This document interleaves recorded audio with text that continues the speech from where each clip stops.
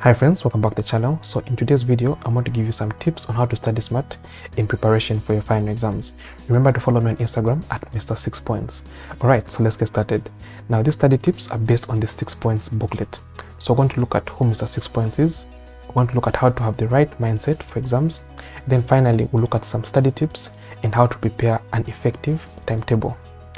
Okay, so who's Mr. 6 Points? So for those of you who are new and may not know me, my name is Chipo Kalimina, Mr. 6 Points.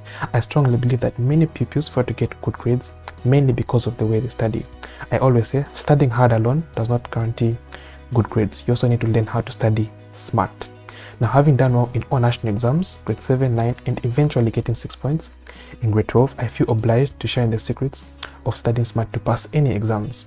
I always say exams are not hard, and the sooner you learn how to study the right way, the better. I hope you find these study tips helpful. Okay, so these are my grade 12 results where I got 6 points. So 6 points is basically a distinction 1 in English and 5 other subjects. So if I did it, so can you. Alright, mindset. Now mindset is everything. For you to be successful at anything in life, including doing well in your final exams, you need to have the right mindset. The right mindset will keep you focused and confident as you prepare for your final exams. Now here's how you develop the right mindset. Believe in yourself.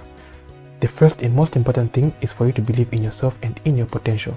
It doesn't matter how you've performed in previous tests and exams. What matters now is that you believe in yourself and you are willing to take the necessary steps to pass in the exams.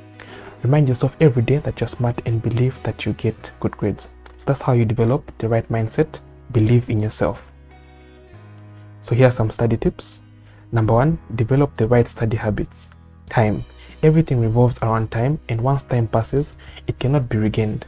Make sure that you're mindful about how you use your time and ensure that you allocate enough hours every day to study. When you're studying, don't allow yourself to be distracted by anything so that you're able to focus on your studies. Also make sure that you follow your study timetable. Avoid wasting time. Study smart. I always talk about studying smart. Now, the way you study and prepare for exams is very important. Studying smart simply means that you structure your studies in a way that will help you prepare for exams. And here's how you do that.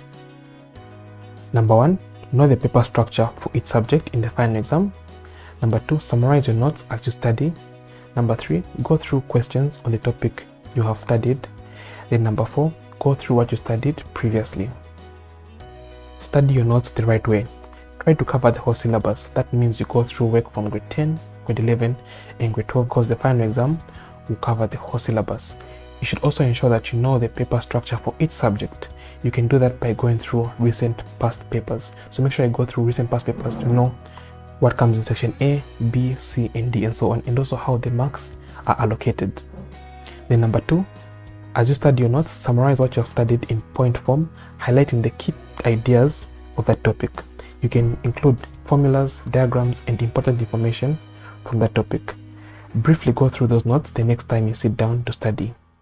Then number 3, after going through a topic, try to answer as many questions as possible on that topic from past papers and pamphlets. That will help you to fully understand the topic, and it will also give you an idea of how questions are asked in the final exam.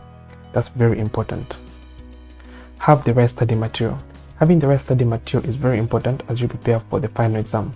You might not cover or understand everything in class, and hence the need for extra material.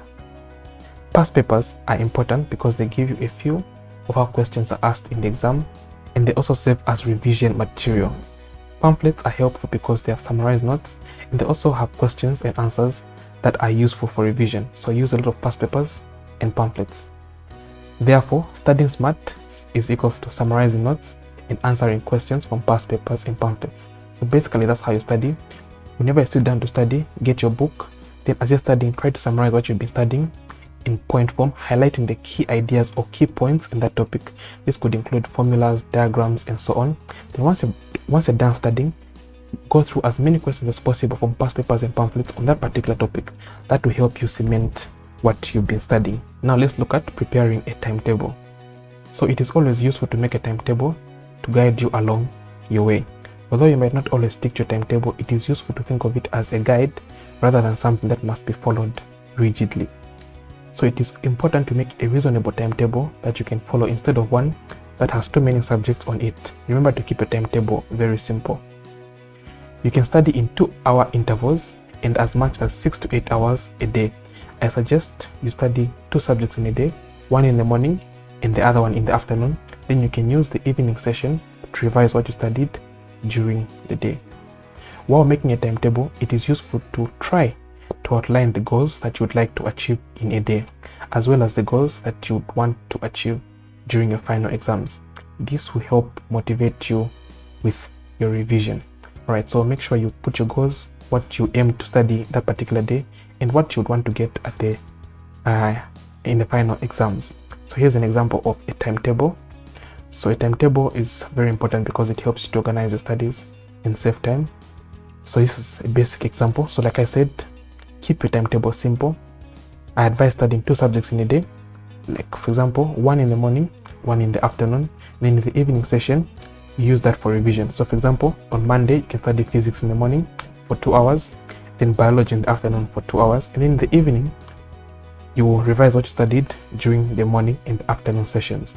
So you can of course modify this timetable to suit your schedule and the subjects that you're taking, but basically keep it simple.